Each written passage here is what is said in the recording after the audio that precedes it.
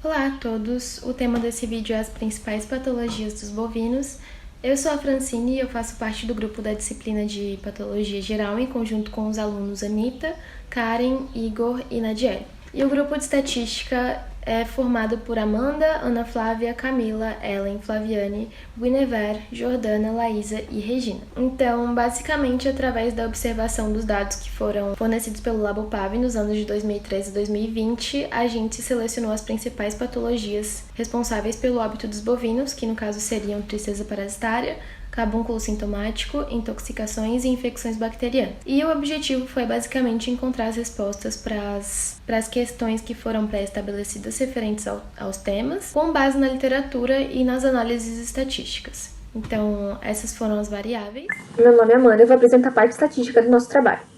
Então, a gente realizou os cálculos a partir do teste de Fisher do quadrado, onde o de Fisher a gente usa para tabelas 2x2 para duas amostras independentes, onde ele tem o objetivo de testar se a variável linha e a variável coluna elas são independentes, e ele nos dá um valor P exato e não exige nenhuma técnica de aproximação. Já o que quadrado ele é para eventos maiores, onde ele verifica se a frequência do acontecimento observado na amostra ela se desvia ou não da frequência esperada, e também para comparar a distribuição de vários acontecimentos em diferentes amostras. Na tristeza parasitária, a gente utilizou em todas as questões o teste de Fisher, onde todos os valores deram maior que 5% de significância. Então, a gente percebe que não existe relação entre tristeza parasitária e o aumento do volume do fígado, o sexo, a ocorrência de babesiose e a ocorrência de hemorragia nos bovinos. Já nessa tabela, como tem mais eventos, a gente usou o teste quadrado, onde também teve o valor P maior que 5%, então a gente conclui que não existe associação entre a raça e a contaminação por tristeza parasitária. Nas intoxicações, o teste de Fisher foi feito e na primeira e na última questão deu maior que 5% de significância o p-valor. Então a gente vê que não existe relação entre intoxicação por cianese e necrose no fígado dos bovinos e nem relação de edema cerebral e intoxicação por samambaia. Já segundo o p-valor do menor que 5%, então a gente conclui que não existe relação entre o carcinoma de células escamosas e intoxicação por samambaia nos bovinos. No carbúnculo sintomático, a primeira e última pergunta a gente usou o teste de Fisher, onde a primeira deu o p-valor deu menor que 5% de significância, a gente vê que existe a relação entre a ocorrência de bolhas de gás e o carbúnculo, e na última o p-valor deu maior que 5%, então a gente vê que não existe relação entre a estação do ano e a doença.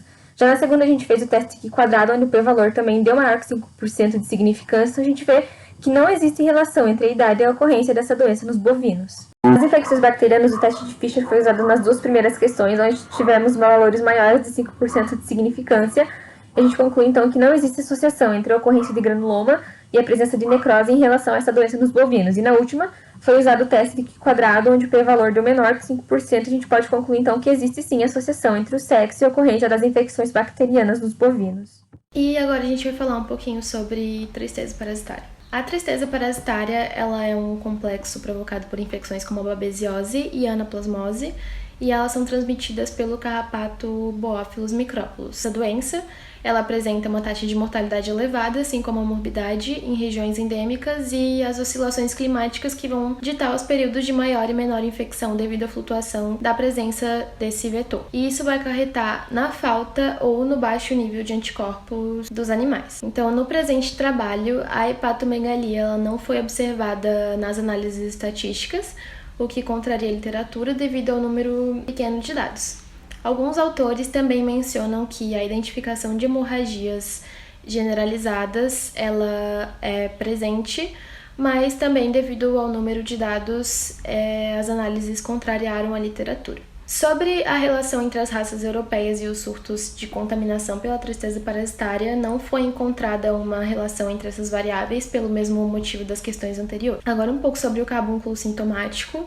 Os autores como Crick e Odendaal mencionaram que a patologia ela se desenvolve a partir de um trauma muscular e isso condiciona uma condição adequada para a germinação dos esporos latentes que estão ali presentes no ambiente por conta de características bioquímicas decorrentes desse traumatismo, culminando na produção de exotoxinas por esses micro-organismos e bolhas de gás, sendo possível observar também necrose e lesões crepitantes. Então, a estatística comprovou mesmo que a literatura em relação às bolhas de gás e já em relação à idade, os animais em crescimento rápido e com boa condição corporal eles têm maior probabilidade de desenvolver essa doença devido à maior concentração de glicogênio muscular, que também serve de substrato para esses micro-organismos. No caso, as análises estatísticas elas constataram o contrário por conta do pequeno número de dados.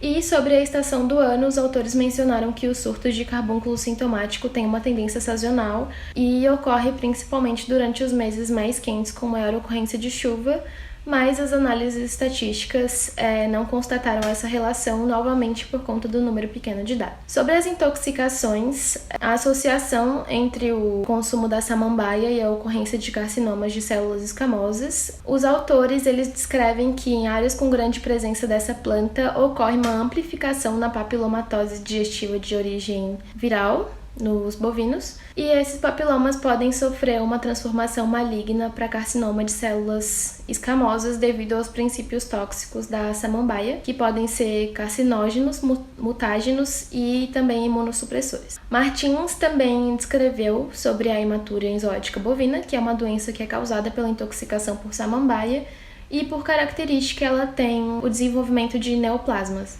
Então, a literatura e a estatística confirmaram essa relação. Sobre a associação entre o consumo de samambaia e a presença de edema cerebral, foi relatada por Anjos e colaboradores, mas não foi comprovada nas análises estatísticas. Então, sobre a associação entre a ocorrência de intoxicação por senécio e a necrose no fígado dos bovinos, Panzieri e colaboradores descreveram a necrose hepática na macro e na microscopia, mas no presente estudo a associação não foi comprovada, contrariamente ao que é observado na literatura. Por último, as infecções bacterianas, que podem ser transmitidas por diferentes agentes etiológicos, cada uma com suas formas de transmissão e diferentes fatores de virulência, como foi citado por McVeigh, onde ele disse que os fatores influenciam nas interações entre o hospedeiro e o agente patogênico, e esses fatores de virulência são moléculas ali produzidas pelas bactérias e possuem diferentes funções, como por exemplo a hialuronidase, que pode facilitar o desenvolvimento de necrose, o fator citotóxico necrótico de tipo 1 e a toxina alfa, que também podem facilitar esse desenvolvimento para necrose. Mas as análises estatísticas contrariaram isso, de novo por conta do pequeno número de dados. E o mesmo autor também fala sobre o sexo do animal estar relacionado ao estabelecimento dessas infecções, como a Escherichia coli, que devido à anatomia da uretra das fêmeas pode predispor ao estabelecimento de infecções bacterianas com muito mais facilidade do que nos machos. E no caso da associação entre os granulomas, entre as infecções bacterianas, foram mencionados por McGavin e Zachary, onde é afirmado que esse tipo de inflamação é uma sequela comum entre infecções persistentes, e um exemplo disso é a tuberculose, que recebe esse nome justamente pela formação desses granulomas, que também podem ser chamados de tubérculos. Da parte de patologia era isso, e obrigada pela atenção.